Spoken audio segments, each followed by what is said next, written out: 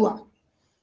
और यह मार्च का पहला सप्ताह है और कल अंतर्राष्ट्रीय महिला दिवस है और लगभग पूरा सप्ताह अंतर्राष्ट्रीय महिला दिवस के रूप में मनाया जाता है। वो एक तिथि नहीं होती है। हालांकि हम लोग कोई अनुष्ठान में विश्वास नहीं रखते नवजागरण की चेतना के संवाहक होने के नाते, लेकिन फिर भी यह सवाल तो बार बार है ही, या यह महत्वपूर्ण सवाल है हमारे लिए जानने के लिए, समझने के लिए, बात करने के लिए कि इस बृहत्तर नवजागरण की परिधि में स्त्री का देश कहाँ था। क्यों नवजागरण के दौर की एक कवयित्री यह कहती हैं कि विस्तृत नभ का कोई कोना, मेरा न कभी अपना होना।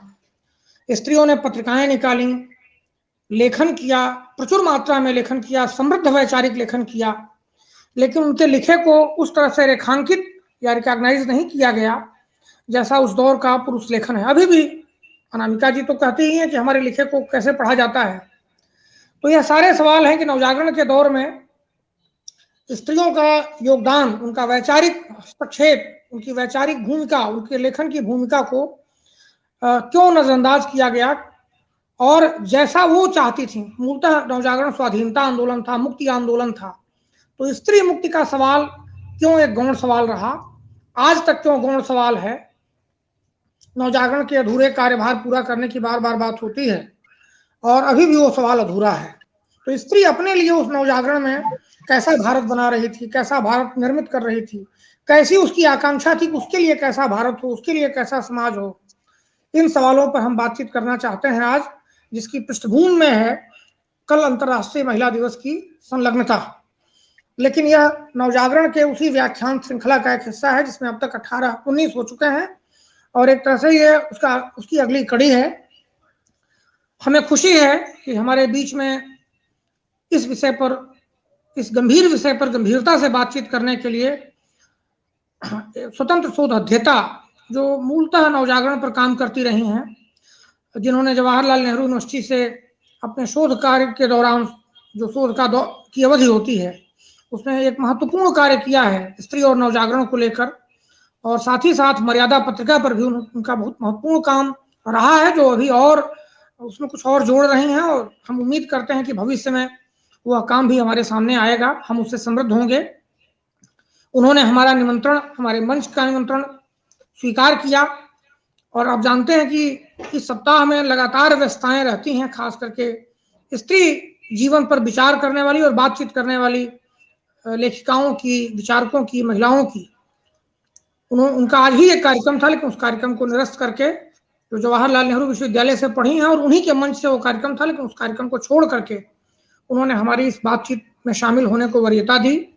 मैं अपनी ओर से, अपने साथियों की ओर से, अपने मंच की ओर से, अपने मित्रों की ओर से, यहाँ जुड़े श्रोताओं और मित्रों की ओर से, सबकी ओर से उनका हार्दिक स्वागत करता हूँ, अभिनंदन करता हूँ इस आभासी मंच पर, और उनसे अनुरोध करता हूँ कि नवजागरण का स्त्री पक्ष जो उनकी सहमति से उनसे बात करके विषय तय की गई है, उस पर अपनी बातचीत आरंभ करें। इस बातचीत के अंत में यदि कुछ महत्वपूर्ण सवाल आएंगे तो उन महत्वपूर्ण सवालों पर भी हम उनसे बातचीत करेंगे एक पूरक वक्तव्य के रूप में। पर अभी वो अपनी बातचीत आरंभ करें और समय की हमारी ओर से कोई सीमा नहीं है, जब तक उनकी बात पूरी हो जाए तब तक हमारे पास समय है। बहुत आदर के साथ मैं आदरणीय सुनंदा जी को आमंत्रित करता हूं। धन्यवाद सूर्य नारायण जी।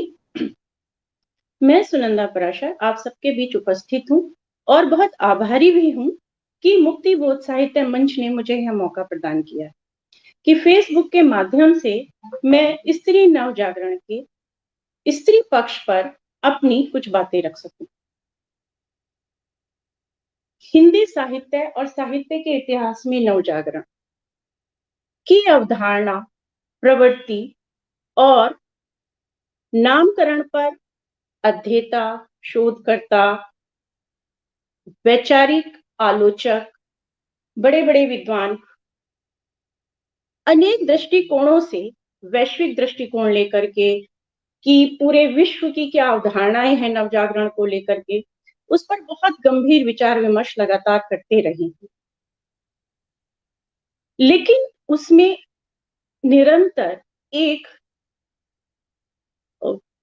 क्या कहने मुद्दे का अभाव रहता है, वह होता है स्त्री पक्ष। स्त्री पक्ष का जो नाम लिया जाता है वो स्त्री सुधार मार्ग की स्त्री सुधार आंदोलन चल रहे थे, यह कहकर ये चर्चा एक दरकिनार कर दी जाती है बड़े बड़े विमर्शकारों के बीच में।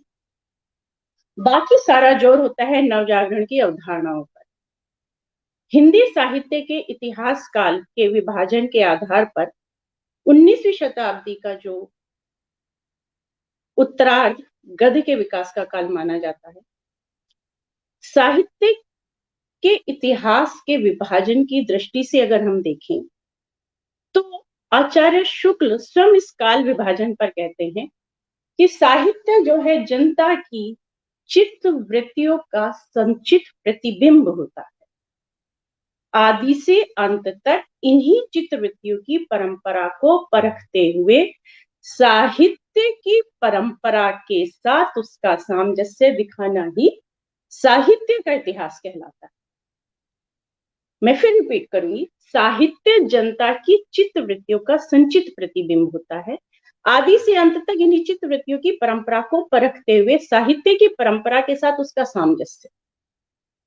जब वो ये कहते हैं कि जनता की चित्त वृत्तियों का परंपरा के को परखते हुए साहित्य के साथ उसका सामंजस्य दिखाना ही साहित्य का इतिहास कहलाता है, तो मेरे विचार से इस बात पर आदिकाल और रीतिकाल का साहित्य में जनता की चित्त वृत्तियां साहित्य से कितना सामंजस्य स्थापित कर पाई थी, यह एक विचारणीय प्रश्न जरूर होना चाहिए है। मेरे विचार से आधुनिक काल में पत्र पत्रिकाओं के माध्यम से पहली बार जनता और साहित्य के बीच एक सहज संवाद आरंभ हुआ। पहली बार आधुनिक काल में जनता की जो चित्त वृत्तियां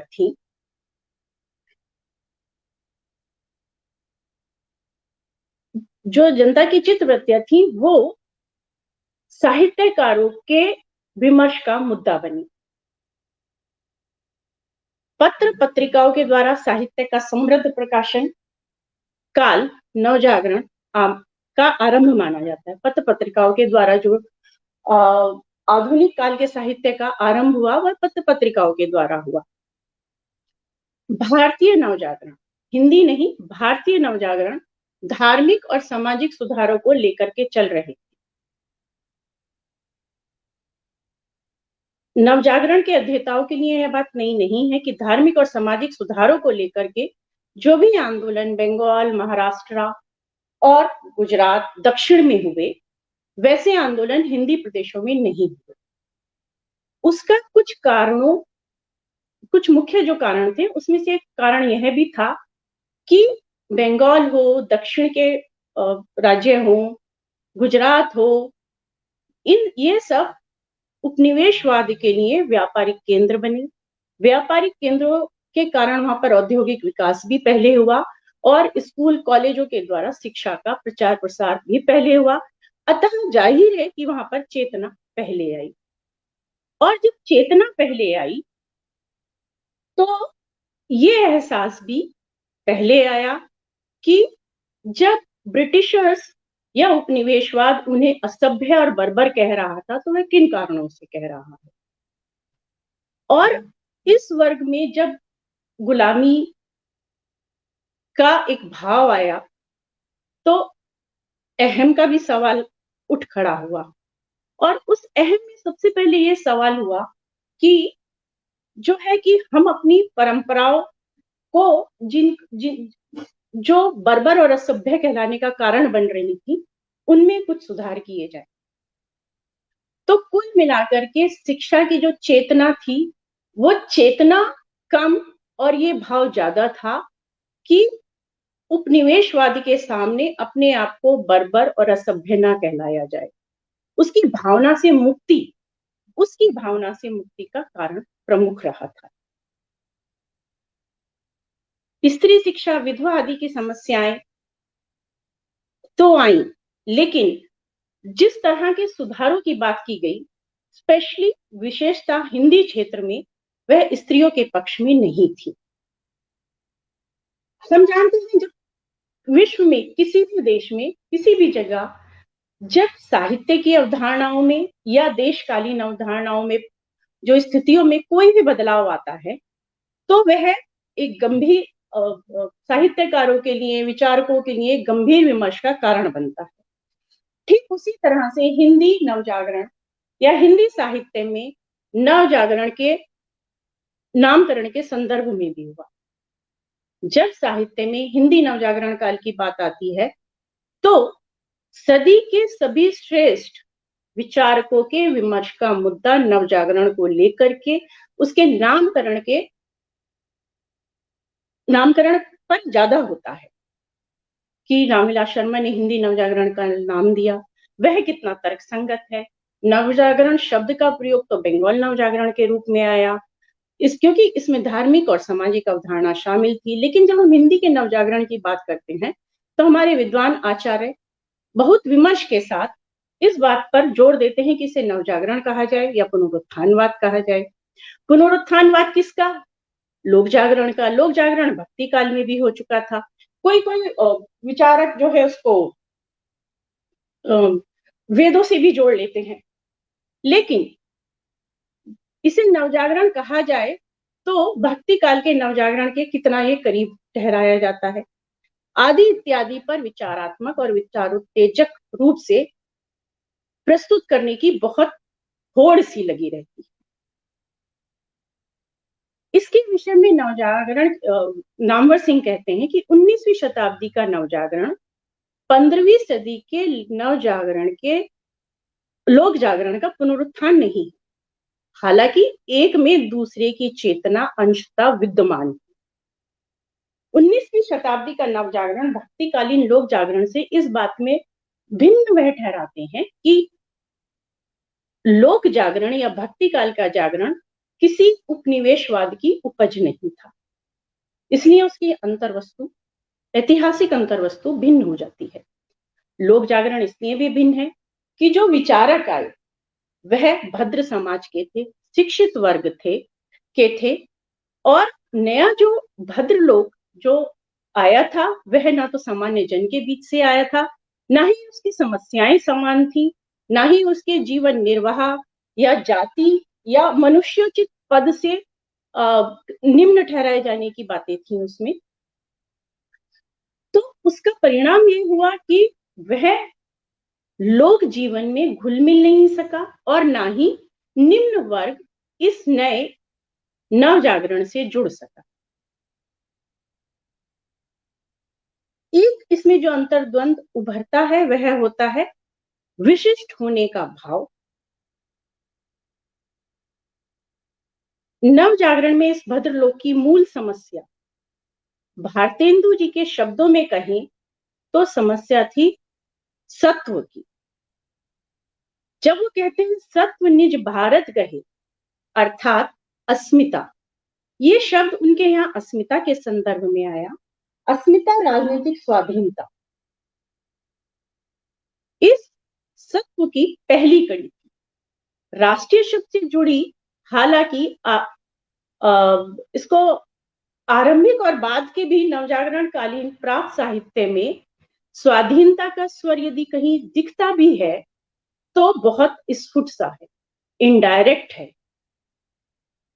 अपरोक्ष रूप से आता है। भारत भारती हो या राम की शक्ति पूजा, सत्ता से सीधे सीधे टकराने का साहस कोई भी साहित्य नहीं कर पाया। मतलब हिंदी साहित्य में तो कम से कम इसका तकरीबन लगभग अभाव सा ही है। प्रश्न यह उठता है कि हिंदी में जब नवजागरण की अवधारणा में स्वाधीनता का स्वर था ही नहीं। वैसे एक बात बताती चलूं कि यह जो बात मैं कह रही हूं कि हिंदी नवजागरण की अवधारणा में स्वाधीनता का स्वर नहीं था, ये मेरे शब्द नहीं, नामवर जी भी इस बात को अपने व्याख्यानों में कह चुके हैं। और ना ही स्त्री सुधार और सामाजिक सुधार उनकी विचारधारा में प्रमुख रूप से शामिल नहीं थे। तो सत्व था क्या?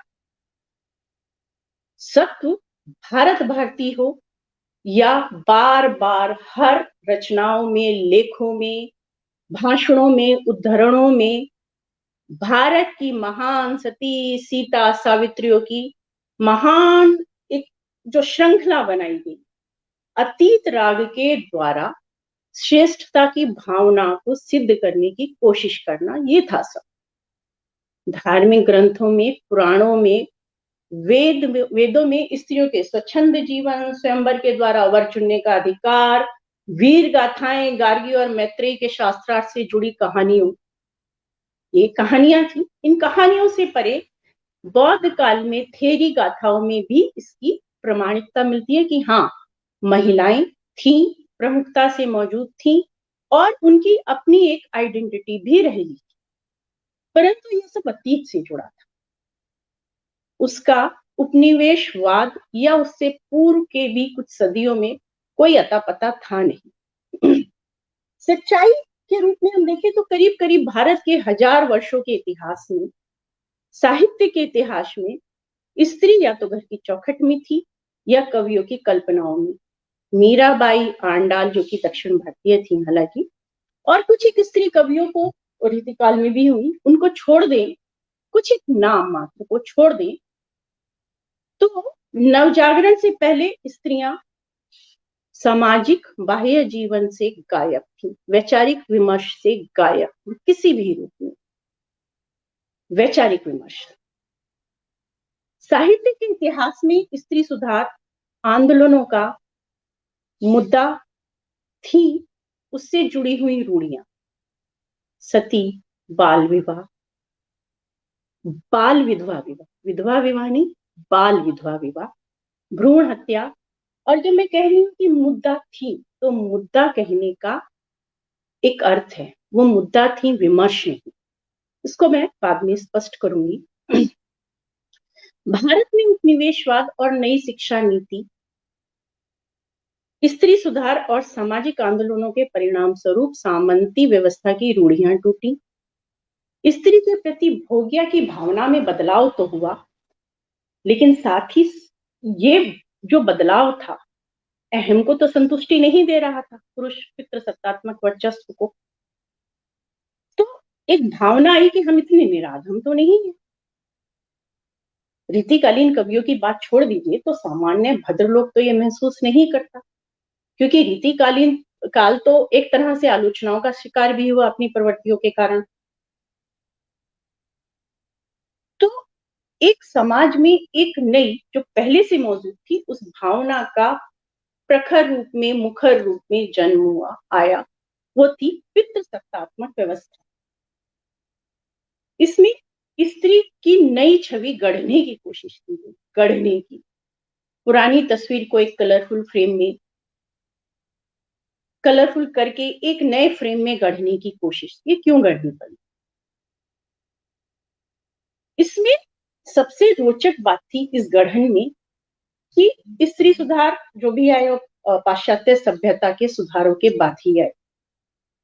पाश्चात्य सभ्यता के आगमन के बाद जो सुधार हुए नई शिक्षा नीति के बाद, उसी के बाद आए उपनिवेशवाद के सामने सुसंस्कृत समाज। जब मैंने पहले भी कहा कि बर्बर असभ्यता कहलाने के बरक्स एक सुसंस्कृत समाज गढ़ने का दबाव बढ़ रहा था। छापे खाने प्रेस की जो स्थापना हुई, उसने वह जमीनी समाज सुधार का एक माध्यम बन चले थे। उत्तर भारत में जो शिक्षित वर्ग था, वह सुधारों के प्रति चेतनता से अपना प्रचार प्रसार कर रहा था। सुधारों के प्रति जो चेतना आई, उसके साथ ही एक और चेतना आई अपने वर्चस्व की सतर्कता को लेकर के। और ये सतर्कता जानते हैं किस बात में थी? ये सतर्कता थी कि बंगाल में जो नवजागरण हो चुका है, अन्य प्रदेशों में जो नवजागरण हो चुका है, वो करीब करीब 50 वर्ष पहले हो चुका था। जब ये हिंदी प्रदेश में सुधारों की बात आई, भारतेंदु काल से जो पत्र पत्रिकाओं के प्रकाशन जनमानस तक पहुंचने आरंभ हुए, तो उसमें एक पूरी सतर्कता थी कि अपने प्रदेश में किस हद तक सुधारों की जरूरत है। स्त्री सुधार किस तरह से लेकर के चलें, कितने हों, कितने नहीं हों, और उन्होंने अपनी जरूरतों और शातिर सतर्कता के साथ एक ऐसी भूमि तैयार की जहां पर किसी तरह के आंदोलनों की जरूरत ही ना हो।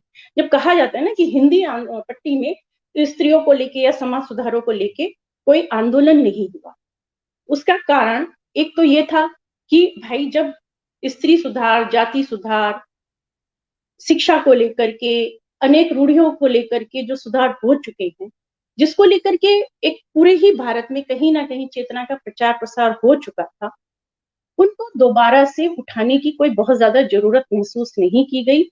ये बात किसी हद तक मुझे तो सही लगती है कि ना तो स्त्रियों के द्वारा, मतलब सड़कों पर नहीं उतरे, वो एक मुख्य चीज थी। तो एक खाका तैयार हुआ कि समाज की जरूरतें क्या हैं। अब इससे आगे बढ़ा जाए कि समाज की जरूरतें क्या है। ठीक है, सुधार होने चाहिए समाज में, सुधारों को एक्सेप्टेंस मिल जाए, ये किस किस तरह के सुधार हो, लेकिन फिर खाका तैयार हुआ कि समाज की असल जरूरतें हैं क्या। और सुधारकों का एक प्रमुख बिंदु ये भी था कि स्त्रियों की शिक्षा किस तरह की हो, सामाजिक जीवन में उनकी भागीदारी कितनी हो। जब नामवर सिंह अपने लेख में ये कहते हैं कि नव जागरण में लोक जागरण की चेतना का कुछ अंश मिल गया था, तो मैं यही बात स्त्री नव जागरण के संबंध में कहूंगी कि स्त्रियों के लिए गार्गी, मैत्रेयी, दमयंती, मीराबाई, एक हद तक मेरे लिए मीराबाई भी कहानियों तक शामिल थी, एक अतीत थी। और मीराबाई का जहां तक संघर्ष का सवाल है, उसको स्त्री चेतना के साथ जोड़ने का सवाल है, तो हो सकता है मैं गलत हूं, पर मेरी अवधारणा में मीराबाई की जो चेतना थी उस समय किसी भी स्त्रियों के जागरण या स्त्रियों से जुड़ाव उस चेतना का नहीं हुआ था। सामान्य जन के बीच में उनकी चेतना का प्रचार प्रसार नहीं हुआ था। 19वीं सदी के सुधार वास्तव में स्त्री के लिए सुधार का माध्यम भी बने। यह ये बात दोहराने की आवश्यकता नहीं है कि राजा राम मोहन राय, दयानंद सरस्वती के सहयोग आदि और अन्य सुधारवादी आंदोलनकारियों के कारण स्त्री को जीवन मरण के प्रश्न से तो मुक्ति मिल गई, सार्वजनिक जीवन में प्रवेश के द्वार भी खुल गए थे। और बड़ी सतर्कता के साथ हुआ ये कि स्त्रियों और पुरुषों के लिए शिक्षा के मायने पुरुषों से भिन्न रखते हैं। जब नया भद्रलोक उभरा, उसने जिस वातावरण में स्वयं को शिक्षित किया वह अंग्रेजी संस्कृति का वातावरण था, और उन्हें विदेशी संस्कृति का ज्ञान हुआ, यूरोपियन सभ्यताओं का ज्ञान हुआ। वहां पर हुए जाहिर है शिक्षा से संबंधित सामाजिक आंदोलनों के साथ साथ स्त्री से संबंधित जितने भी आंदोलन हुए, जैसे फ्रांस में हिंसा का भी रूप लिया स्त्री आंदोलनों ने, तो उसके प्रति एक बड़ी सतर्कता थी। इसलिए उन्होंने इस चीज को समझने में देर नहीं लगाई कि अस्मिता की सुरक्षा अपने संस्कारों में, संस्कार बचाने होंगे। और इस बात को जब भारतेंदु कहते हैं कि निज भाषा उन्नति है सब उन्नति को मूल, बिन निज भाषा ज्ञान के मिटत नहीं है शूल, तो यह निजता सिर्फ भाषा के संदर्भ में नहीं आती, यह निजता अतीत के संस्कारों से भी जुड़ती है। संस्कार का संबंध धर्म से है, इसलिए अस्मिता की सुरक्षा धर्म से जुड़ी और धर्म की सुरक्षा स्त्री की सुचिता से, इसमें कोई दो राय नहीं। हम सब जानते हैं कि धर्म का दारोमदार स्त्री के ही कंधों पर होता है। हिंदी प्रांतीय पत्र पत्रिकाओं में जो आंदोलन हुआ उसमें मुख्य मुद्दा सामाजिक सुधार, शिक्षा सुधार आदि का नहीं था। जैसा कि हम द्विवेदी काल के को जब हिंदी नवजागरण का नाम देते हैं तो उस नवजागरण में मुख्य रूप से शामिल था भाषा का परिष्कार, साहित्य का परिष्कार। साहित्य के लिए एक स्वर्णिम काल के रूप में वह दौर सामने आता है। और इस समय तक जो था, जितने भी नियम बन चुके थे स्त्री के लिए कि हाँ सती प्रथा नहीं होनी चाहिए, विधवा विवाह होने चाहिए, भ्रूण हत्या आदि के खिलाफ चेतना थी, लेकिन उस सब के बाद भी एक पितृसत्तात्मक व्यवस्था लामबंद हो चुकी थी। धर्म के परंपरागत स्वरूप में बुनियादी सुधार जरूर शुरू हुए थे, लेकिन उनका नजरिया व्यवस्था में बदलाव के खिलाफ था। वो चाहते थे कि व्यवस्था में किसी तरह के बदलाव ना हो जाए, हाँ हम धर्म अपने अनुसार सुधार लेंगे, अगर आपको ज्यादा ही लग रहा है तो हम स्त्रियों को थोड़ी बहुत छूट दे देंगे। बाल विवाह का आंशिक विरोध था। गोखले पूरी तरह से इस बात का उम्र को लेकर के तो वो पूरी तरह से विरोध कर रहे थे कि लड़कियों के विवाह की उम्र 11 वर्ष नहीं होनी चाहिए। 11 वर्ष की लड़की उन्हें बहुत बड़ी लगती थी विवाह के लिए। विधवा विवाह के प्रश्नों पर भी कुछ अपवादों को छोड़ दें तो हमेशा या तो विरोध रहा या विरोधाभास। शिक्षा को लेकर के बलिया में भारतेंदु एक भाषण में कहते हैं, स्त्रियों को ऐसी चाल से शिक्षा दीजिए कि वह अपना कुल धर्म सीखें, पति की भक्ति करें, लड़कों को सहज शिक्षा दें।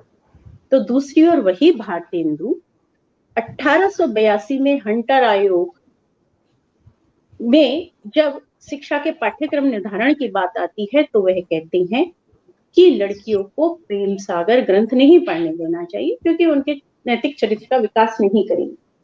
तो दूसरी ओर वह विद्या अंकुर और इतिहास तिमिर नाशक पढ़ने की भी कवायद नहीं करते। वो कहते हैं पढ़ाना बेकार है, विज्ञान के विषय या इतिहास के विषय को पढ़ करके लड़कियां क्या करेंगी।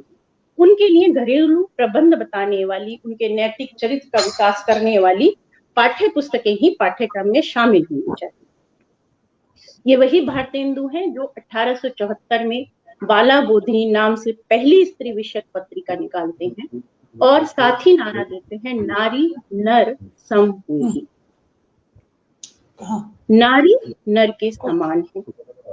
इस पत्रिका का सबसे महत्वपूर्ण योगदान ये है कि इसने स्त्रियों में एक ऊर्जा का संचार किया। लेकिन अगर हम बाला बोधिनी के संदर्भ में ही देखते हैं तो आर्य की एक राजकुमारी की कहानी उसमें छपती है जिसके लेखक मिस्टर चौबे हैं। वो कहानी सुनाते हैं उसकी वीरता की और अंत में लिखते हैं कि अति माया अति साहस बुरा फल देती। खुद भारतेंदु नीलदेवी की कहानी सुनाते हैं। उस नाटक में, उस कहानी में वो ये कहते हैं कि हाँ, उसमें वो उसकी वीरता की कहानी सुनाते हैं और अंत में उसके सती होने को महिमा मंडित करते हैं और उसको भारत की गौरवकालीन गाथाओं से और परंपराओं से जोड़ते हैं। जिस देश में समाज सुधार का आरंभ ही सती प्रथा के प्रतिबंध से हुआ हो, सती प्रथा के प्रतिबंध से ही स्त्रियों को मनुष्य होने का अधिकार प्राप्त हुआ कि हाँ वो भी मनुष्य है, उन्हें भी जीने का अधिकार मिलना चाहिए। जब स्त्री सुधार इस चीज को लेकर के होते हैं, वही भारतेंदु नीलदेवी ने सती का महिमा मंडन और गौरवगान करते हैं। भारतेंदु के यूके के कन्या साहित्यकार प्रेमघन जी का मानना था कि विधवा स्त्री का सती होना उसकी इच्छा पर निर्भर होना चाहिए, ना कि उसको जोर जबरदस्ती की जाए। मतलब सती होने से उनको कोई वो दो राय नहीं थी। हो सकती है स्त्रियां सती यदि वो चाहे, यदि उनकी इच्छा हो तो। अब आप सोचिए कि कोई भी स्त्री पति मर गया, वो उसके लिए मन टूटने का कारण हो सकता है, जीवन आगे चलाने का एक प्रश्न हो सकता है, पर मरने का प्रश्न शायद ही किसी के लिए हो। इसको दूसरी तरह से भी सोचिएगा कि क्या कभी पुरुषों के लिए पत्नी का मरना मरण का प्रश्न बनता है या एक नए विवाह की खुशी का आगमन का। हमने कहा कबर में एक दिन आपकी फोटो देखी थी। भारतेंदु काल हो या नवजागरण काल, उसे कभी कभी एक द्वंद्व काल भी कहा जाता है, विरोधाभासों का भी काल कहा जाता है। 1883 में कवि वचन सुधा में भारतेंदु स्त्री शिक्षा नाम से एक लेख लिखते हैं और वह कहते हैं ये बात, तो अगर हम स्त्रियों को शिक्षा नहीं देंगे तो देश की उन्नति कदापि नहीं होगी। यदि हमारी स्त्रियां शिक्षिता ना होंगी तो सामंजस्य की समस्या आएगी, पुरुष विद्वान और पंडित होंगे और स्त्रियां मूर्खाएं होंगी। आपस में अगर सामंजस्य नहीं होगा तो कलह होगा। हम कह सकते हैं कि इस तरह के लेख मनोवैज्ञानिक ढंग से लिखे गए थे कि सामान्य जनता को या सामान्य लोगों को स्त्री शिक्षा का महत्व समझाया मनोवैज्ञानिक तरीका ही हो सकता।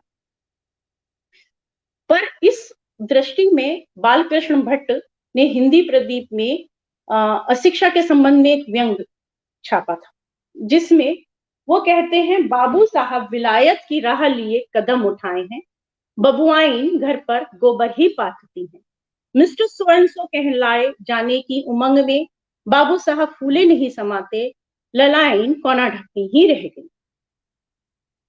तो स्त्रियों को शिक्षा देने का कारण स्त्रियों की स्वयं की चेतना को जागृत करना तो कदापि नहीं था।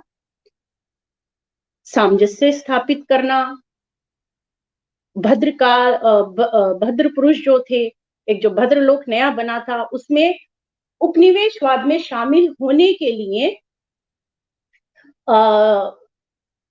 एक जो ललक थी, उसमें पत्नी गोबर पाथती हुई तो नहीं होनी चाहिए ना, वो थोड़ी शिक्षिता हो तो जाने में भी मतलब उस भद्रलोक में शामिल होने में सहजता रहेगी। अब अगर स्त्रियों के विषय में हम देखें तो बाला बोधिनी के प्रकाशन ने भले ही कोई नई चेतना नहीं जगाई थी, लेकिन उसने स्त्रियों के लिए एक पत्रिकाएं छापने का एक नई ऊर्जा प्रदान करी, पत्रिकाओं के माध्यम से अपने विचार व्यक्त करने के लिए एक नई ऊर्जा दे दी थी स्त्रियों को। तो 1885 में हेमंत कुमारी ने सुगृहिणी छापी, उसके बाद उसका संपादन होता है। कुछ वर्षों में ही वह बहुत लंबा उसका प्रकाशन काल नहीं रहा, लेकिन जितना भी प्रकाशन काल रहा उसमें उन्होंने शिक्षा के पक्ष में और जितनी भी जो बुराइयां थी, रूढ़ियां थी, उनके खिलाफ खुलकर लिखा। उसमें उन लोगों का, महिला संपादकों की हमेशा एक विशेषता रही कि उन्होंने सामंजस्यवादी जो एक समझौतावादी वो नहीं अपनाया। हाँ, उन्होंने कभी ये बात नहीं करी कि हमारी संस्कृति बुरी है या हमें अपनी संस्कृति के खिलाफ चले जाना चाहिए, लेकिन उन्होंने मनुष्य के रूप में स्वीकारे जाने का एक अनुरोध नहीं कहूंगी, एक बात अपनी उन्होंने उस तरह से रखी।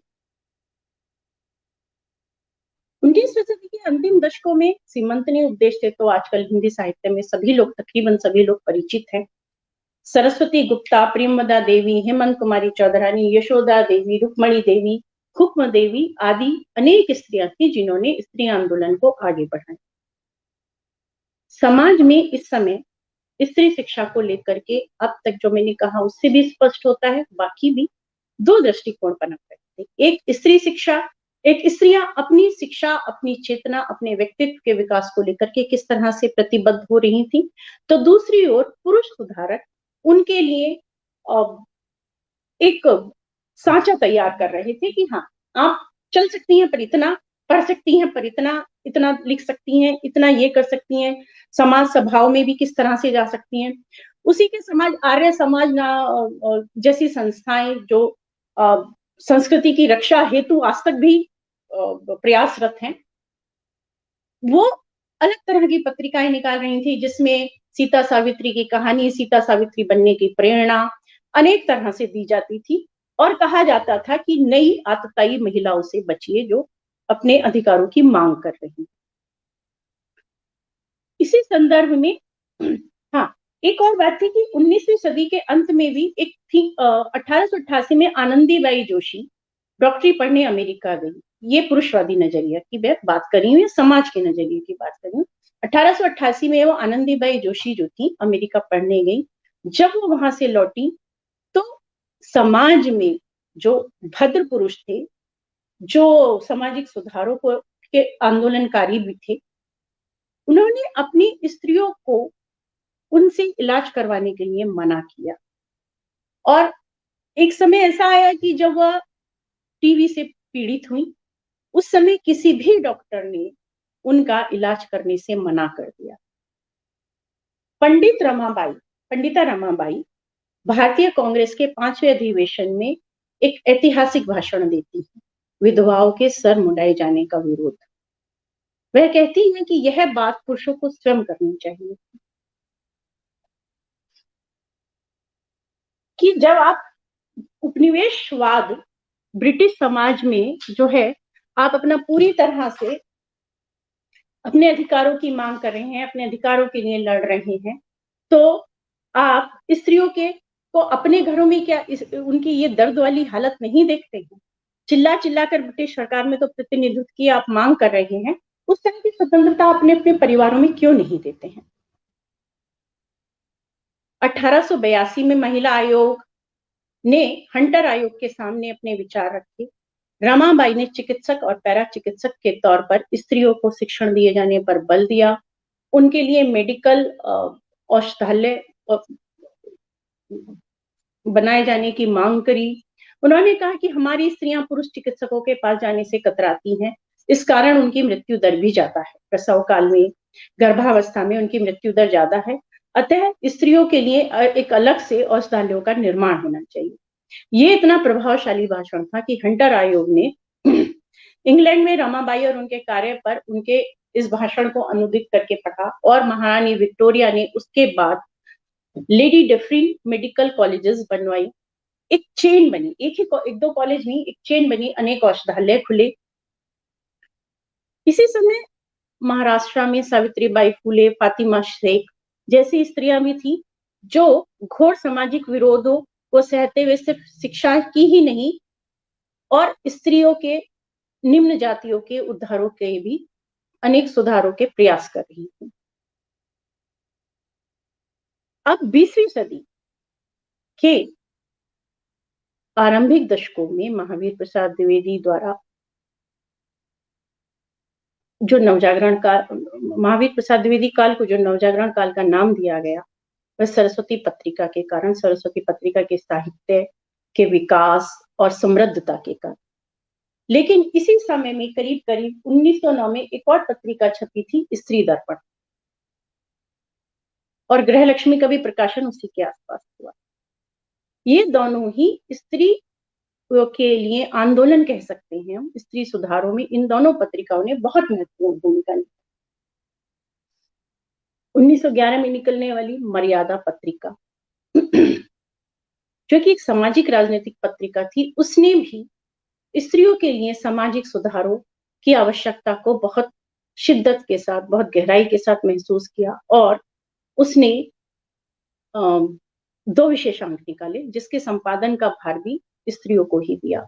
उमा नेहरू ने उन दोनों अंकों का संपादन किया और उन लेखों में जो सबसे महत्वपूर्ण विशेषता थी वो स्त्री दर्पण में छपने वाले हों, गृहलक्ष्मी में छपने वाले हों और मर्यादा में तो जो छपे थे उसके सभी लेखों में आप किसी भी लेख में न तो सीता सावित्री बनने की प्रेरणा है, न ही हथियार उठा लेने की प्रेरणा।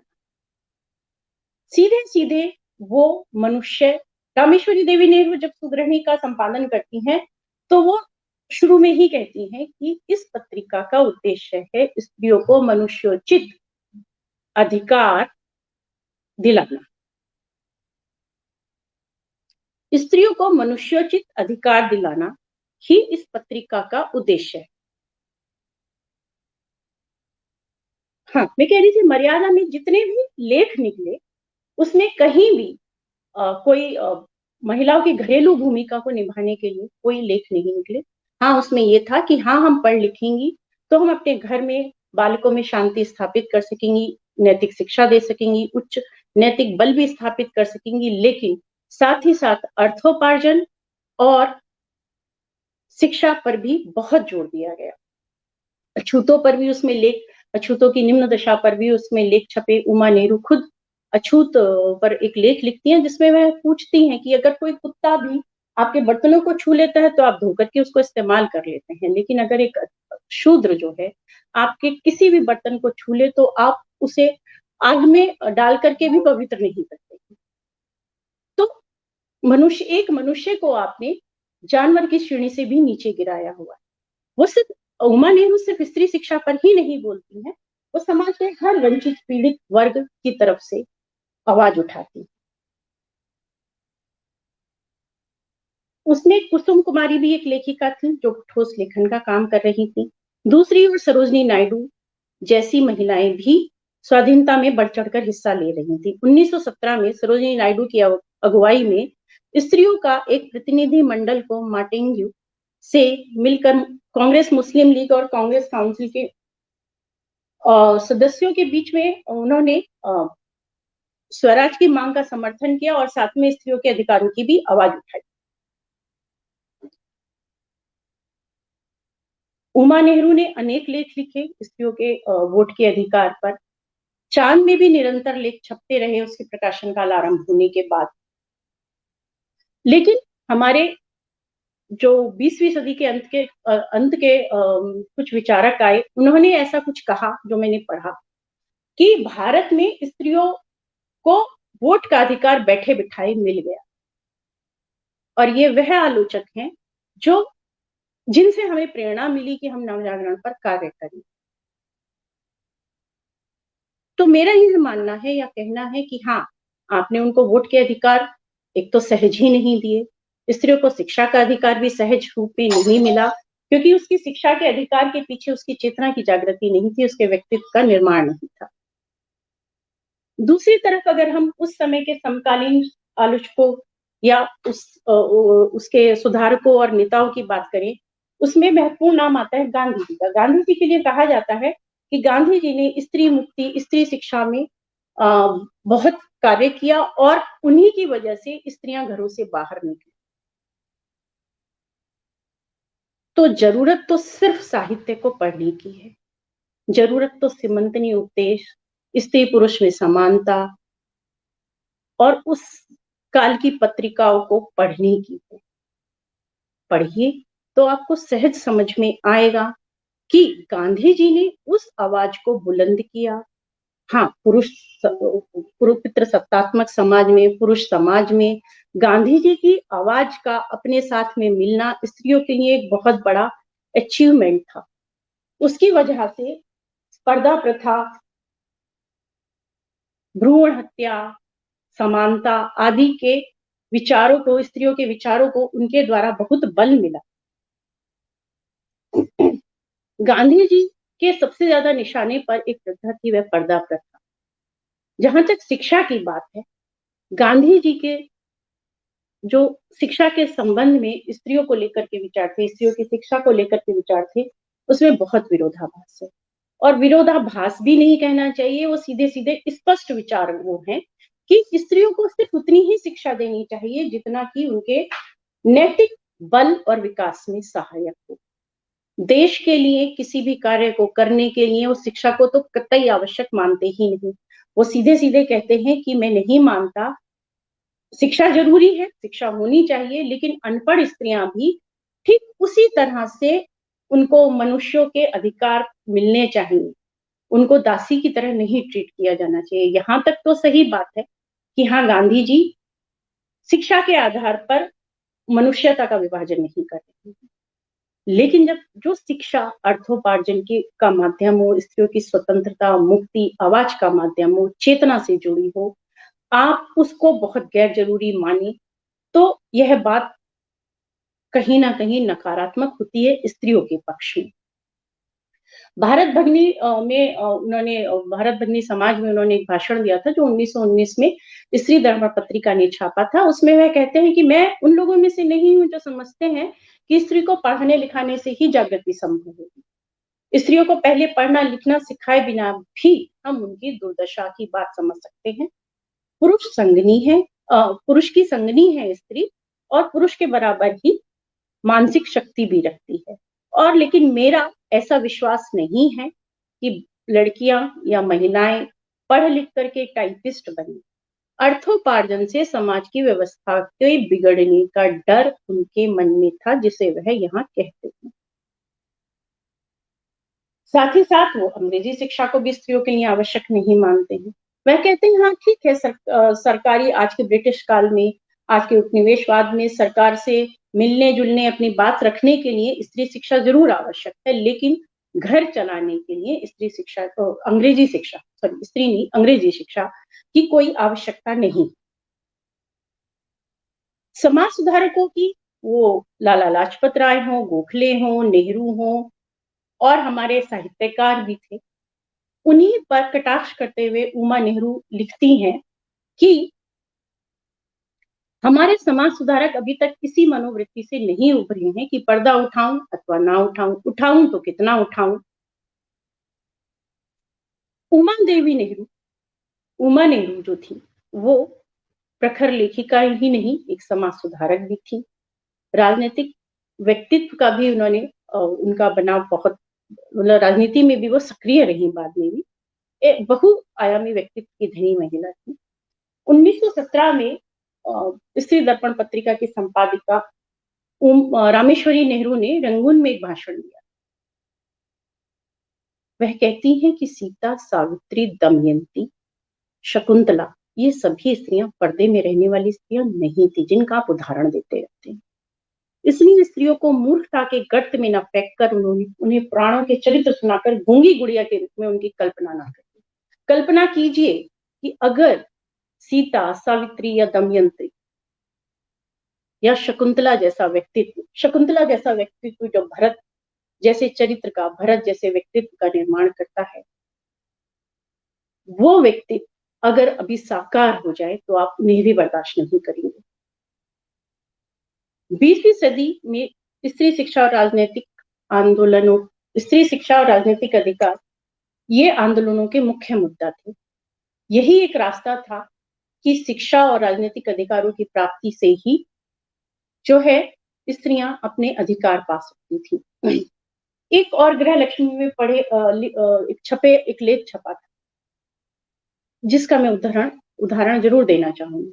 एक उर्दू कवि थे अकबर, स्त्री शिक्षा के विरोधी थे। पद्म सिंह शर्मा ने भी उनके स्त्री शिक्षा के विरोध में जो उन्होंने लेख लिखा था उसका समर्थन किया। वह कहते थे कि स्त्री शिक्षा जो है, आधुनिक शिक्षा जो है, स्त्रियों को निर्लज्ज बनाएगी। इसके जवाब में 1917 में हृदय मोहिनी ने एक लेख लिखा जिसमें लिखा था, अकबर महाशय के विचार फिर घुने हुए पुराने गेहूं के समान है। वह इतने संकीर्ण हैं कि कदापि मानने योग्य नहीं है। इस लेख में अकबर ने स्त्रियों को सामाजिक शिक्षा देने का विरोध करते हुए फप्ती कसी। वो लिखते हैं, पब्लिक में क्या जरूर की जाकर तनी रहो, पढ़ लिख कर अपने ही घर में देवी बनी रहो। इस पर हृदय मोहिनी ने भी एक सेम पैरोडी बना करके उनको जवाब दिया, पब्लिक में क्या जरूर कि जाकर तने रहो, पढ़ लिख कर अपने ही घर में ईश्वर बने रहो। तुमको घर में बैठा कर पूजा करेंगे हम हो जो घर में बैठ नलाटों को होवे गम। स्त्रियां बराबर उस समय लिख रही थी, अपने अधिकारों के प्रति सचेत भी थी, मांग भी कर रही थी और बराबर जवाब भी दे रही थी। रामेश्वरी नेहरू, उमा नेहरू, यहाँ पर मैंने हृदय मोहिनी का उदाहरण दिया। कुसुम कुमारी अपने एक लेख में लिखती हैं पर्दा प्रथा पर कि जब कांग्रेस का अधिवेशन हुआ, स्त्रियों को अलग से बैठा दिया गया पर्दे की ओट में, तो वह कहती हैं कि गांधी जी जो पर्दे का विरोध करते हैं, उन्हीं का भाषण सुनने के लिए हमें दूर कोने में पर्दे की ओट में बैठा दिया जाता है। यह विरोधाभास सही नहीं है। इसके खिलाफ वो काफी पूरा एक लेख लिखती है। एक और गांधी जी के मैं बार बार उनका जिक्र करूंगी क्योंकि गांधी जी जो हैं एक समाज सुधारकों में उनका नाम सर्वोपरि आता है, एक तरह से पुरुष समाज सुधारकों में। गांधी जी ने बहुत स्त्रियों के लिए बहुत मार्ग सुगम भी किया कहा जाए तो, लेकिन उनके विचारों में निरंतर विरोधाभास होता है। शिक्षा को लेकर के मैं बात कर चुकी हूँ, तो वह स्त्रियों को शारीरिक बल में भी कहीं ना कहीं कमजोर मानते थे। दांडी मार्च जब नमक सत्याग्रह हुआ तो वो स्त्रियों को उस मार्च में भाग लेने से रोक रही। कारण था कि वह इतना पैदल नहीं चल सकती हैं, शारीरिक रूप से कमजोर हैं, थक जाएंगी। सरोजनी नायडू के नेतृत्व में अन्य स्त्रियां आगे आई, बहुत सारी स्त्रियां आगे आई और उन्होंने विरोध किया कि हम आपके साथ चलेंगे, इस सत्याग्रह में शामिल होंगे। लेकिन वह गांधी जी थे और उन्होंने उन्हें किसी भी सही बात पर झुकने के लिए, गांधी जी के व्यक्तित्व की सबसे बड़ी खासियत यही थी कि उन्होंने किसी भी सही बात पर झुकने के लिए कभी अपनी रीढ़ अकड़ा के नहीं रखी। उन्होंने महिलाओं की यह बात पे सहमति दी, महिलाएं मार्च में शामिल हुई और उपस्थिति के साथ अपने शारीरिक बल की कमजोरी के इस अवधारणा को गलत भी सिद्ध किया। वोट के संदर्भ में मैं बात कर चुकी हूँ। कि जब कहा जाता है कि वोट के संघर्ष में स्त्रियों को ज्यादा लड़ाई नहीं लड़नी पड़ी, तो उसके लिए आप चांद के अंक उठा करके देख लीजिए, मर्यादा के अंक उठा करके देख लीजिए, जाइए पढ़िए। नवजागरण किताबों में कुछ उद्धरणों में नहीं है, नवजागरण है उस काल की पत्रिकाओं को पढ़ने में। कोई भी नवजागरण हो, काल का अध्येता हो, विचारक हो, उनसे यही कहना है कि कम से कम 2-4 वर्षों की उस समय की पत्रिकाएं रैंडमली उठा करके पढ़िए, देखिए, तब आपकी अवधारणा में जरूर, धारणाओं में जरूर बदलाव आएगा। अब साहित्य में अगर हम बात करें तो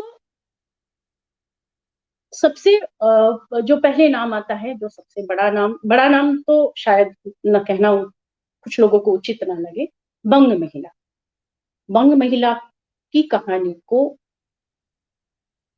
प्रथम मतलब कहानियों में से गिना जाता है। दुलाईबाई कहानीकार के रूप में आपने उन्हें शामिल किया, बहुत अच्छी बात, लेकिन उन्हीं के द्वारा लिखे गए व्यंग लेख चंद्रदेव से मेरी बातें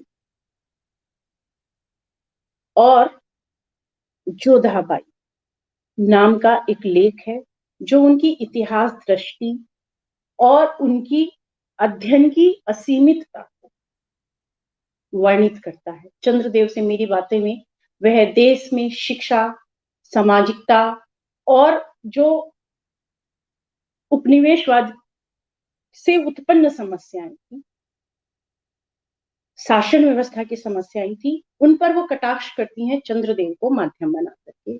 चंद्रदेव से वह सारी बातें कहती हैं। उस लेख में वह सारी समस्याओं का वर्णन करती हैं, दोहरी मानसिकताओं का भी वर्णन करती हैं। उस लेख को कोई संज्ञान नहीं लेता, ना ही जोधाबाई जैसे लेख हो जिसमें वह यह सिद्ध करती हैं कि अकबर की जो पत्नी जोधाबाई थी वह कोई जोधपुर की राजकुमारी नहीं थी, और इसको वो सप्रमाण सिद्ध करती है।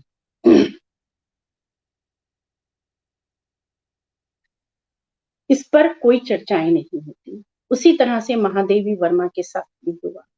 छायावाद की चौथी स्तंभ, महान कवयित्री, रहस्यवादी कवयित्री, जो विस्तृत नभ में अपना कोना ढूंढती रह जाती है। विस्तृत नभ के कोने में उनको कोई स्थान कम से कम उस समय नहीं मिला।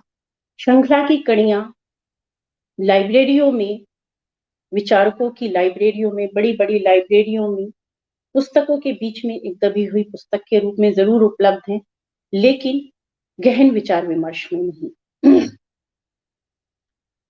उसी तरह से जब कहा जाता है कि महिलाओं ने भी कोई उत्कृष्ट लेखन नहीं किया, तो उसके संदर्भ में हम उमा नेहरू का एक लेख देख सकते हैं, सुख दुख, जिसमें वो मनोवैज्ञानिक ढंग से सुख दुख की व्याख्या करती हैं। यह बात मैं स्पष्ट कर दूं, बहुत स्पष्ट कर दूं कि यह लेख 1911 में अगस्त में छपा था, जबकि शुक्ल जी के लेख प्रकाश में नहीं आए थे। जितने भी मनोवैज्ञानिक लेख थे वो पहले ही लिख चुकी थी, उस पर कोई गहन विचार विमर्श होता नहीं, ना ही उनको नोटिस करने योग्य समझा जाता है। सदी के महानायक आलोचक इस बात को कहते हैं स्त्रियों के लेखन पर कि स्त्रियां रसोई मसालों के हाथों से लिखती हैं, कहानी लिख सकती हैं, कविताएं लिख सकती हैं, विरह वेदनाएं लिख सकती हैं, लेकिन जब वो एक विचारक के रूप में सामने आती हैं तो हम सामंती पुरुष विचारक बन जाते हैं। सिमोन द बोवार, प्रभा खेतान आदि सब बौद्धिक विमर्श में स्थान पाते हैं, और ऐसे भी विचारकों की कमी नहीं जब वो ये कहते हैं कि स्त्रियां विमर्श के द्वारा पुरुष बन जाना चाहती हैं। हाँ, पुरुष बनना चाहती हैं। क्यों बनना चाहती हैं? क्योंकि मनुष्य होने के सारे अधिकार तो आपने अपने पास रखते हैं। तो समझिए कि वो पुरुष नहीं होना चाहती, वो मनुष्य होना चाहती है। रामेश्वरी देवी नेहरू के एक और मतलब उन्होंने एक और बात का वर्णन किया था अपने स्त्री दर्पण के संपादकीय में। वे कहती हैं, जब स्त्रियां वोट का अधिकार मांग रही थी तो अनेक वाद विवाद उत्पन्न हुए थे, और विवाद ही उत्पन्न हुए थे। विपक्ष में बहुत सारे लेखकों ने लिखा था। वे लिखती हैं कि स्त्री शिक्षा के विरोधियों ने सफ्रेजेट स्त्रियों यानी वोट के अधिकार के संघर्ष करने वाली स्त्रियों को एक मुद्दा बना रखा है। विरोधी कहते हैं, यदि ध्यान दीजिएगा, विरोधी कहते हैं कि यदि यहाँ आप भी अपनी स्त्रियों को स्वाधीनता दोगे, ज्ञान विज्ञान से परिचित होने दोगे, तो वह पश्चिम की सफ्रेजेट स्त्रियों की तरह बम लेकर तुम्हें मारने दोगे।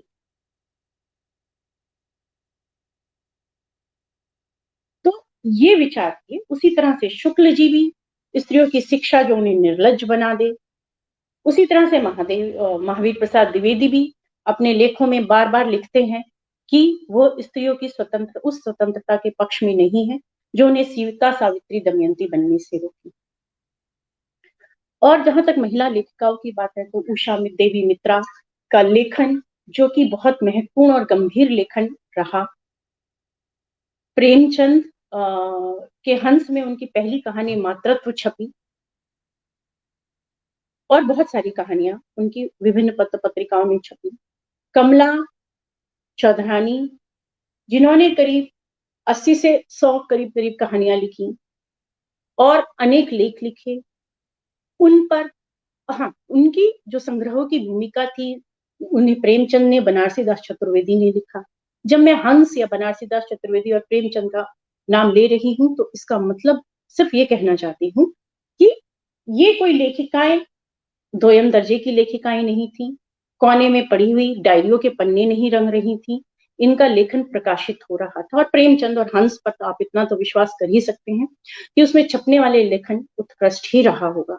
लेकिन कितने लोग उषा देवी मित्रा को जानते हैं, कितने लोग कमला चौधरानी को जानते हैं, कितने लोग उमा नेहरू के नाम से जरूर परिचित होंगे, लेकिन कितने लोग उनके युद्ध क्षेत्र की सैर से परिचित हैं। जब नामवर जी कहते हैं कि स्त्रियां मसाले के हाथों से लिख रही थी, तो आप जाइए उनका युद्ध क्षेत्र की सैर पढ़िए, वो आपको उन्हीं मसालों के हाथों से युद्ध क्षेत्र में लेकर के जाएंगी और आपको पूरी तरह से ये बताएंगी कि हाँ, स्त्रियां सिर्फ युद्ध क्षेत्र में नहीं विचरती, किचन में नहीं विचरती, वो युद्ध क्षेत्र में भी उतनी ही गहनता के साथ विचर सकती हैं, गहनता के साथ लिख सकती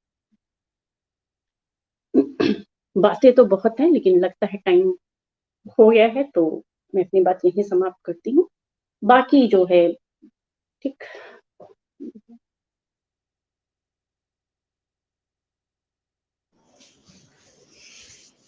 मैं अपनी ओर से और अपने मित्रों की ओर से बहुत आभार प्रकट करता हूँ इस व्याख्यान के लिए।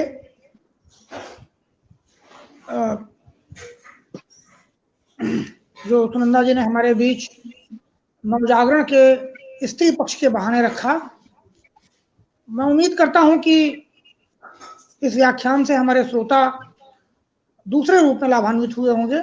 उनके सामने बहुत सारे प्रश्न आए, कैसे एक स्त्री के लिए दो मोर्चे हैं, घर है, किचन है, वह भी उसे देखना है, और जो समाज की वैचारिक बहसें हैं, यह कहकर खारिज नहीं किया जा सकता कि उसमें वो शामिल नहीं रही है, उसमें भी वो शामिल रही हैं, उनको रेखांकित नहीं किया गया। यह हमारी दुराग्रह दृष्टि है या इसके पीछे कोई साजिश है, अभी इसका निराकरण तुरंत करना मुश्किल है। जिस बात को सुनंदा जी ने रेखांकित किया वो यह है कि स्त्रियों का सारा लेखन मनुष्यता के बराबर के अधिकार को पाने के लिए प्रयासरत है कि हमें भी बराबर का मनुष्य समझा जाए, हमें कोई अलग से देवी न समझा जाए, और मनुष्य होने का जो न्यूनतम सम्मान है, जो हमारे समाज में पुरुषों को स्वाभाविक रूप से मिला हुआ है, वही सामाजिक सांस्कृतिक सम्मान, मनुष्य होने का सम्मान हमें भी मिले। और ये बहुत कठिन संघर्ष था, उस दौर में तो था ही, आज भी यह संघर्ष भी पूरी तरह से खत्म नहीं हुआ है, अभी भी यह संघर्ष जारी है, अभी भी वो सम्मान उनको हासिल नहीं हुआ है। मैंने सदियां गुजर गई, अगर कहा जाए कि 1 सदी से ऊपर का तो उन्होंने इतिहास ही गिनाया। 19वीं शताब्दी के मध्य के लेखन से उन्होंने शुरू किया और मध्य के लेखन से लेकर नवजागरण के लगभग 150 साल का इतिहास गिनाया, 150 साल, 250 साल का। और देखा जाए तो उसके पहले से वो संघर्ष जारी है किसी न किसी रूप में। तो अगर यह बुनियादी संघर्ष है स्त्री लेखन का या स्त्री चिंतन का कि हमें भी मनुष्य समझा जाए और मनुष्यता के बराबरी के अधिकार हमें दिए जाएं, और मुझे लगता है कि आज भी स्त्री लेखन के केंद्र में यही सवाल प्रमुख सवाल है। अलग से यहाँ कोई सवाल इसलिए नहीं आया है कि स्त्री लेखन शुरू ही होता है प्रश्न से, वह स्थापित मान्यताओं और मूल्यों के विरुद्ध प्रश्न से ही अपनी शुरुआत करता है। तो भला उन प्रश्नों पर क्या प्रश्न हो सकता है, उन प्रश्नों पर तो प्रश्न को खारिज करने का हो सकता है। हमें जरूरत है, हम साहित्य के पाठकों को, चाहे वो हम किसी लिंग से हों, स्त्री हों, पुरुष हों, समाज के जागरूक नागरिक होने के नाते उन सवालों पर जो नवजागरण के दौर में, जैसा उन्होंने कहा कि पत्र पत्रिकाओं में बहुत सारे महत्वपूर्ण लेख, बहुत सारे महत्वपूर्ण विचार बिखरे हुए, उन्होंने बहुत गंभीरता और बहुत ध्यान से देखने पढ़ने और फिर से उसको रेखांकित करने की जरूरत है। तो मुझे लगता है कि उन सवालों पर हम बहुत ही एक तरह से उदार होने का मतलब कोई अतिरिक्त महत्व न दें, लेकिन उन सवालों को जो अब तक इग्नोर किया जाता रहा, उन सवालों पर थोड़ी शिद्दत से, थोड़े कंसर्न के साथ, थोड़ी मजबूती से हम बात करें, तो इस व्याख्यान की भी और इस व्याख्यान श्रृंखला की भी और अंतर्राष्ट्रीय महिला दिवस की भी कुछ सार्थकता हो पाएगी। मैं बहुत आदर के साथ, बहुत सम्मान के साथ अपनी जो हमारी वक्ता रही सुनंदा जी के प्रति आभार प्रकट करता हूँ, अपनी ओर से, अपने साथियों की ओर से, यहाँ उपस्थित श्रोताओं की ओर से